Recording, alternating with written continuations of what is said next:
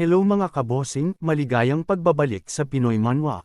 Sa video na ito, ipagpapatuloy natin ang kwento ni Pedro. Nagsimula ang kwento sa pagpapakitang matagumpay na natalo ni Simon si Alipet. Ipinaliwanag niyang sinadya niyang mag-iwan ng maliit na puwang sa kanyang depensa upang mailihis ang atensyon ng kanyang kalaban. Dahil dito, sinabi niyang tila panahon na upang tapusin ang kanilang kakaibang pagtitipon ng mga may kapansanan. Gayunpaman, nang akmang aalis na siya sa lugar, bigla na lamang siyang bumagsak at nawala ng malay dahil sa matinding pagkaubos ng lakas matapos gamitin ang kanyang pinakamalakas na teknik. Samantala, matapos namang mapabagsak ang kanyang sariling kalaban, napansin ni Kajou na napakatahimik ng kanyang paligid. Nagtaka siya dahil sa kanyang palagay ay dapat ay nakapagdulot na ng malaking kaguluhan si James Minor sa mga sandaling iyon. Habang nag-iisip, naalala ni Kajou ang pagkatao ni James. Sa kanyang pananaw, bagamat taglay nito ang mabangis na ugali ng isang Vikings, pakiramdam niya ay isa itong taong lumampas na sa hangganan ng normal sa pamamagitan ng labis na pagpapalakas sa sariling katawan. Ang mas ikinagalit niya ay ang paniwalang ang kapangyarihang iyon ay ginagamit laban sa mga inosenteng bata. Dahil dito, panandali ang bumalik sa alaala ni Kajou ang sarili niyang madilim na kabataan, kung saan lumaki siya sa maling kapaligiran. Sa kanyang isip, hindi niya hahayaang may isa pang taong dumanas ng kaparehong kapalaran. Dahil dito, lalo siyang tumibe sa kanyang pasya na wakasan na ang lahat ng nangyayari. Ngunit bago pa man siya makaalis, biglang nabasag ang pader sa kanyang tabi. Sa isang iglap, isang tao ang tumagos mula roon at agad siyang sinalakay. Dahil sa sobrang bilis ng pangyayari, hindi na nakaiwas si Kajou sa biglaang pag-atake. Gayunpaman, nagawa pa rin niyang salagin at mahawakan ang kamay ng umatake habang nagtatanong kung bakit tila napakahirap para sa mga tao roon na magsimula sa isang maayos na pagbati. Maya-maya ay nabunyag na ang biglaang umatake ay walang iba kundi si James Minor. Sa malamig na tono, sinabi ni James na wala siyang balak bumati sa isang taong nais umanong nakawin ang kanyang mahalagang gamot. Pagkatapos ng maikling palitan ng salita, mabilis na umurong si Kajou upang magkaroon ng sapat na distansya habang naghahanda sa susunod na sagupaan. Kasabay nito, ipinaalala ni James na hindi dapat dalhin ng grupo ni Kajou ang mga bata palabas ng lugar. Gayunpaman, matatag na sinabi ni Kajou na siya ang magpapasya tungkol sa bagay na iyon at wala umanong karapatan si James na diktahan ang kanyang mga gagawin. Narinig iyon ni James at bahagya lamang siyang tumango. Pagkatapos ay bigla niyang itinaas ang temperatura ng buong silid hanggang sa umabot sa humigit kumulang 100 degree. Dahil dito, nagtaka si Kajou at agad na tinanong kung bakit kailangan pa nitong gawin iyon. Sa seryosong tono, ipinaliwanag ni James na ayaw niyang gamitin ni Kajou ang matinding lamig bilang dahilan sakaling matalo ito. Dahil dito, hinamon niya ang kanyang kalaban na lumaban gamit ang buong lakas nito. Ipinakita ng pahayag na iyon ang malaking tiwala ni James sa sarili niyang kakayahan. Pagkarinig niyon, naging seryoso ang ekspresyon ni Kajou. Tahimik niyang binalutan ng tela ang kanyang kamay. Nang makita iyon ni James, agad nitong tinanong kung ano ang kanyang ginagawa. Ipinaliwanag ni Kajou na kung hindi niya tatakpan ang kanyang kamay, maaaring muling damaloy ang kanyang nakalalasong dugo. Idinagdag pa niyang ayaw niyang gamitin iyon ni James bilang dahilan sakaling mamatay ito sa kanilang laban. Bahagyang napangiti si James matapos marinig ang sagot na iyon. Sinimulan niyang isa-isahin ang mga impormasyong alam niya tungkol kay Kajou. Ayon sa kanya, kabilang ito sa bagong henerasyon ng mga apostol ng Glory, nagtataglay ng pambihirang pangangatawan at kakaibang pandama, at may espesyal na kakayahang gumamit ng nakalalasong dugo. Idinagdag pa niyang minsan na rin itong tinawag na pinakamahusay na mangangaso ng Ghost Sword Sect at kilala rin sa matinding katapatan nito kay Yoika. Ngunit matapos purihin ang mga kakayahan ni Kajou, bigla niyang binago ang kanyang tono at mapanuyang sinabi na sa halip na tawagin itong pinakamahusay na mangangaso, mas bagay umano rito ang bansag na pinakamalaking alipin ng pag-ibig. Agad na nairita si Kajou sa panlalait na iyon. Sa isang iglap, mabilis siyang sumugod at buong lakas na pinakawala ng isang napakalakas na suntok patungo sa mukha ni James. Ngunit sa halip na umatras o umiwas, nanatiling nakatayo si James. Hindi man lamang siya natinag sa papalapit na suntok. Sa halip, tila sinadya pa niyang tanggapin ito bago mabilis na hinawakan ang kamao ni Kajou. Labis na nagulat si Kadyo sa nasaksihan. Sa kanyang isip, alam niyang may kakayahan sanang umiwas si James, ngunit pinili nitong huwag gawin iyon at sa halip ay saluhin ang kanyang pag-atake. Ang eksenang iyon ay malinaw na nagpapakita ng pambihirang tibay at kumpiyansa ni James sa sarili niyang lakas. Habang mahigpit na hawak ang kamao ni Kadyo, pabirong sinabi ni James na tila nilagyan na nito ng malalambot na bulak ang kanyang suntok, sapagkat halos wala umano siyang naramdamang sakit at sa halip ay naging komportable pa siya. Pagkatapos ay natawa siya at sinabing huli na ang lahat para kay Kadyo, dahil sa sandaling mahuli siya sa ganoong posisyon ay wala na umano itong pagpipilian. Kasabay ng kanyang mga salita, mabilis na gumamit si James Minor ng isang teknik sa judo. Madali niyang naiangat ang katawan ni Kadyo at buong lakas itong ibinagsak paatros, dahilan upang malakas na tumama ang ulo nito sa sahig.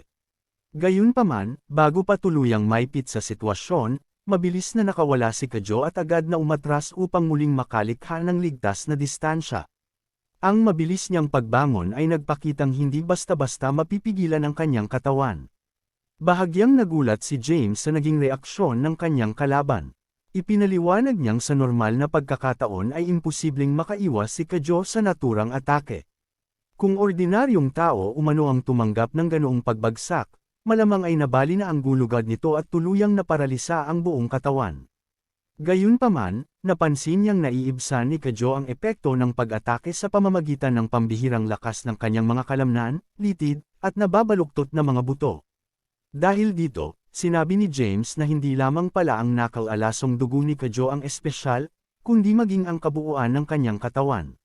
Napangiti si James at sinabi niyang isa talagang napaka-interesanteng eksperimento, si Kadyo.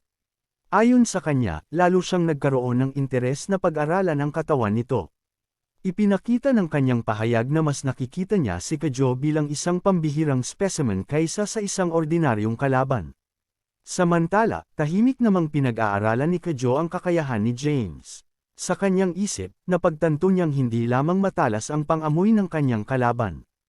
Ipinaalala niya sa sarili na ang una niyang suntok ay isa lamang pain. Nakahanda na rin sana ang ikalawang pag-atake bilang kasunod nito. Gayunpaman, tila alam na agad ni James na pain lamang ang unang atake. Higit pang nakapagtataka, maging ang kasunod na galaw na inihanda niya ay tila nahulaan din ito ng eksakto. Dahil dito, nagsimulang maghinala si Kadyo. Sa kanyang pagsusuri, tila alam na ni James Minor ang bawat kilos na kanyang gagawin bago pa man niya ito isagawa. Ang napagtantong iyon ay nagbigay sa kanya ng mas malinaw na larawan kung gaano kahirap harapin ang isang kalabang tila laging isang hakbang sa unahan. Napansin ni James ang pagbabago sa ekspresyon ni Kadyo kaya pabirong tinanong kung bakit biglang dumilim ang mukha nito. Idinagdag pa niyang kung nahihirapan pa rin si Kadyo dahil sa lamig, maaari pa umano siyang kumuha ng kumot para rito.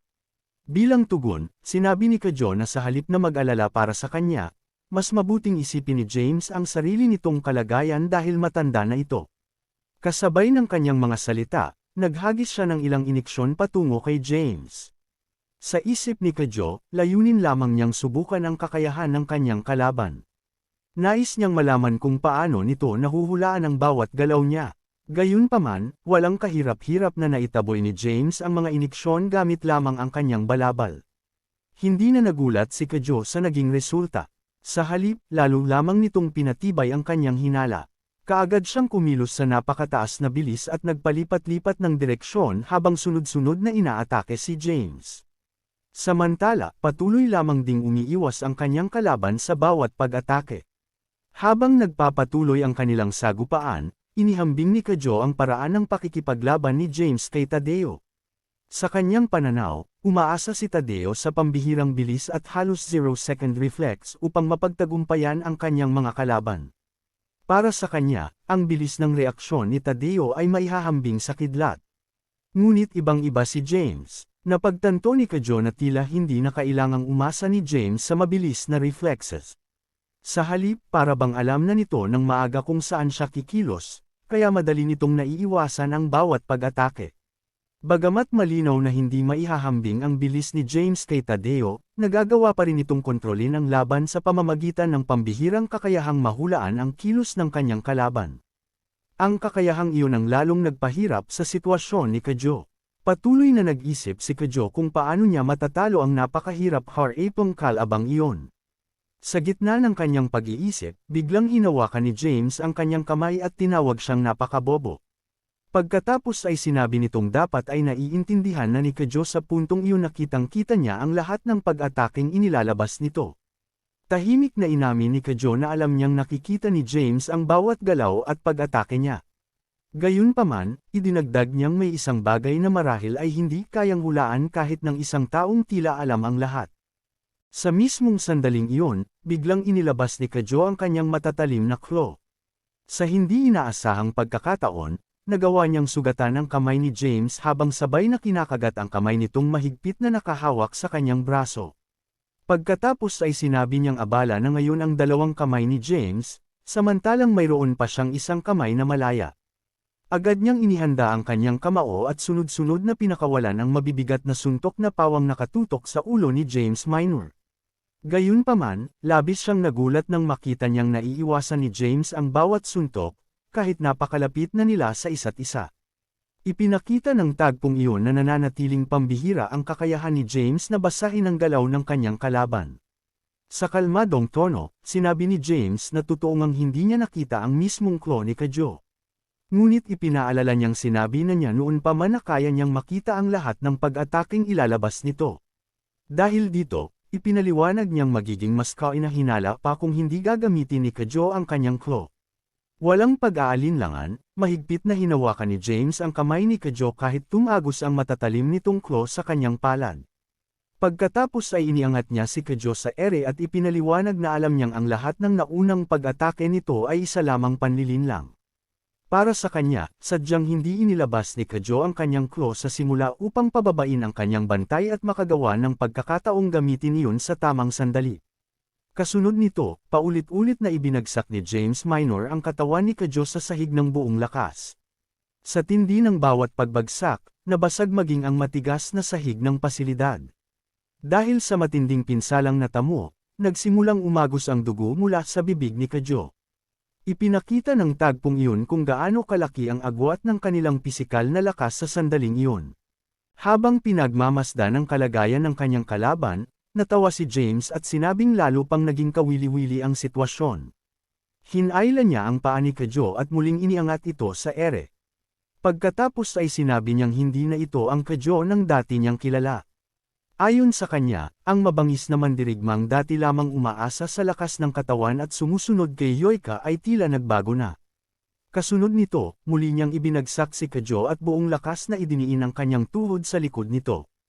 Sinabi niyang kahanga-hanga ang naging pagbabago ni Kajou, ngunit sa huli ay hindi pa rin ito kinayang manatiling nakatayo matapos tanggapin ang sunod-sunod na pag-atake. Para kay James, nahawahan na umano si Kajou ng kakaibang paraan ng pag-iisip. Ipinaliwanag niyang ang tunay na dahilan ng pagkatalo nito ay ang pagpili nitong isugal ang sariling buhay upang mapanatili ang isang mababaw na uri ng pagiging astig, sa halip na gamitin ang kanyang nakalalasong dugo hanggang sa pinakahuli. Ang pananaw na iyon ay nagpapakita kung gaano kapraktikal at kalupit mag-isip si James sa gitna ng labanan. Gayunpaman, sa halip na tuluyang tapusin si Kajou, sinabi ni James na lalo lamang siyang naging interesado sa katawan nito. Hindi niya maintindihan kung paano pa rin ito nabubuhay matapos makatanggap ng ganoong katinding pinsala. Idinagdag pa niyang nakapanghihinayang ang nangyari, sapagkat kung binuksan lamang umano ni Kajou ang pintuan, maaari sana nitong mailabas ang mga bata ng mas maaga. Ngunit nang tuluyan niyang tingnan ang nasa likod ng pintuan, bigla siyang natigilan. Sa kanyang harapan, nakita niyang bukas na ang lahat ng silid na pinaglalagyan ng mga bata, at wala nang kahit isa roon. Maliwanag na nailikas na silang lahat gamit ang ibang ruta.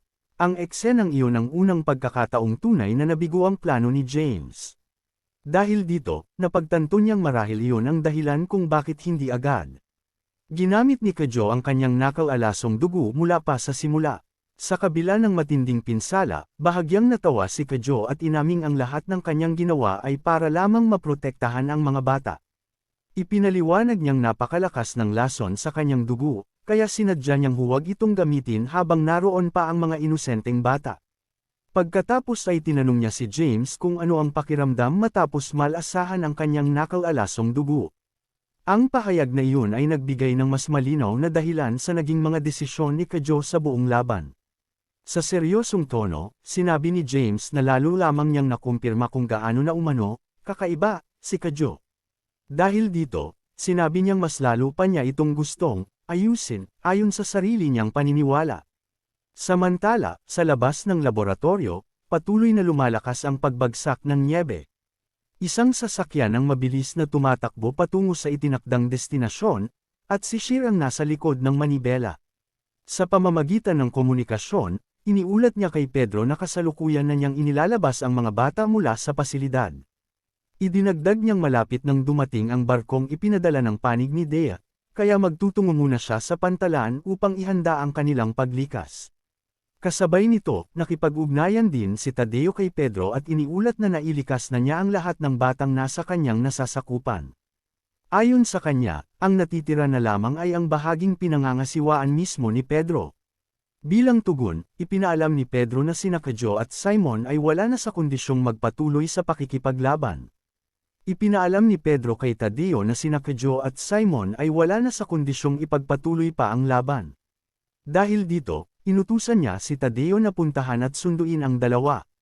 Agad namang sumang-ayon si Tadeo at sinabing aasikasuhin niya iyon sa lalong madaling panahon.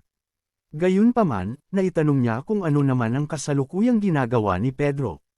Ipinaliwanag ni Peter na kailangan muna niyang maghanap ng isang mahalagang bagay.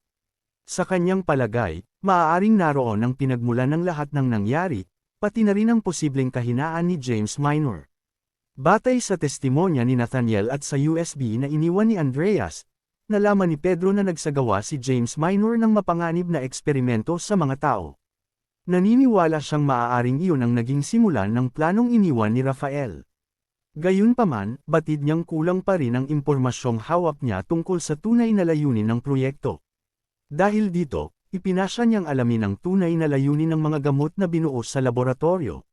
Naniniwala siyang kapag nalaman niya ang pinakagawa ng mga ito, mas mauunawaan niya kung ano ang eksaktong ginawa ni James sa mga bata at kay Hannah.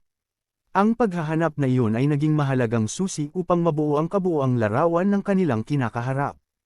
Habang sinusuri ang mga dokumento, may natuklasan si Pedro na kakaiba sa aklat ni Arvad.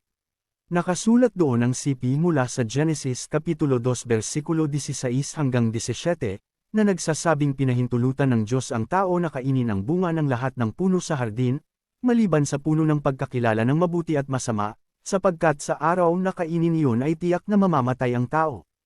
Bahagyang nabigla si Pedro nang makita ang talatang iyon sa aklat ni Arvad. Sa kanyang isip, lalo siyang naging mausisa kung ano nga ba ang tunay na, kinain, o tinanggap ni Rafael. Para sa kanya, maaaring hindi basta-basta isinama ang siping iyon at posibleng may kaugnayan ito sa buong proyekto. Makalipas ang ilang sandali, may isa pa siyang natuklasang bagay. Dahil dito, napatanong siya sa sarili kung ang nakikita ba niya ay may direktang kaugnayan kay Arvad. Bagamat wala pang malinaw na kasagutan, lalo lamang nitong pinalalim ang kanyang mga hinala. Samantala, lumipat ang tagpo kay Sheer, na nakarating na sa Nayon at nakipagkita sa kanyang mga kasamahan. Agad niyang itinanong ang kasalukuyang sitwasyon. Ipinaliwanag ng kanyang kasama na naipon na nila ang lahat ng mamamayan ng Nayon. Gayunpaman, hindi pa rin dumarating ang barkong ipinadala ng Dea. Ayon sa kanilang impormasyon, humigit kumulang 1 oras pa ang hihintayin bago ito makarating. Nauunawaan iyon ni Sheer, ngunit inamin niyang napakahabang panahon ng 1 oras sa gitna ng ganoong mapanganib na sitwasyon. Hindi nagtagal, mula sa kalayuan ay namataan nila ang convoy ni Rafi na papalapit na sa Nayon. Pagkababa pa lamang ng sasakyan, galit na sinabi ni Rafi na wala umanong hiya si Sheer. Ayon sa kanya, dati na nilang isinuko ang mga batang may nakahahawang sakit, ngunit ngayon ay muli na naman umano nila itong sinusubukang iligtas. Iginiit niyang babawiin niya ang mga bata, at sinumang hamarang sa kanilang daraanan ay papatayin. Tahimik lamang na pinakinggan ni Sheer ang mga salitang iyon. Sa kanyang isip, naalala niya ang sinabi noon ni Pedro na walang taong nabubuhay na hindi nagkakasala. Gayunpaman, ipinaliwanag din ni Peter na kung mananatili lamang ang isang tao sa pagsisisi at patuloy na tatalikod sa katotohanan, hindi siya mapapalaya ng kanyang panalangin. Ang mga salitang iyon ang muling sumagi sa isipan ni Shears sa gitna ng napakahirap na sandali. Matapos pag-isipan ang lahat, buong tapang niyang inamin na isa rin siyang taong maraming kasalanan. Gayunpaman, napagtanto niyang hindi niya maaaring habang buhay na ikulong ang sarili sa pagsisisi at patuloy na magdusa sa parehong pagkakamali. Dahan-dahan niyang hinugot ang kanyang malaking espada at sinabi na buong buhay siyang nakipaglaban. Dahil dito, wala na siyang balak na muling manipulahin o paglaruan pa ng mga tao ng Boyen. Kasabay ng kanyang malakas na sigaw, inutusan niya ang lahat ng kanyang kasamahan na sumulong ng sabay-sabay. Mariin niyang ipinahayag na hindi niya hahayaang makalampas ang sinuman sa kanyang kinaroroonan. Ipinakita ng kanyang paninindigan na handa siyang harapin ang anumang kapalit upang protektahan ang mga inosente. Ngunit bago pa man tuluyang matapos ang kanyang pananalita, isang anino ang biglang sumugod ng napakabilis. Sa loob lamang ng isang iglap, sunod-sunod na malalakas na suntok ang tumama sa katawan ni Shear. Dahil sa tindi ng pag-atake, malakas siyang naitapon pa atras. Napakalakas ng bawat hampas kaya agad na nanginig ang kanyang buong katawan. Sa kanyang isip, hindi niya maiwasang aminin kahit bilang isang veterano ng digmaan ay wala siyang nagawa upang makalaban sa bilis at lakas ng kalaban. Maya-maya pa, napaubos siya ng dugo habang pilit na bumabangon. Sa gitna ng kanyang pagkabigla, napatanong siya sa sarili kung tao pa nga ba ang mga kalabang nasa kanyang harapan. Hindi niya man lamang matiyak kung ilan ang kanilang bilang, sapagkat tila hindi niya na kayang masundan ang kanilang galaw. Sa puntong iyon, doon muna nagtapos ang bahaging ito ng kwento. Kung nagustuhan ninyo ang recap na ito, huwag kalimutang i-like ang video, mag-iwan ng komento, at mag-subscribe sa channel. Malaking tulong ang inyong suporta upang patuloy na makagawa ng mas marami pang dekalidad na manhwa recap. At kung nais ninyong ipagpatuloy ang susunod na kabanata, ipaalam lamang ito sa comment section. Maraming salamat sa inyong panunood.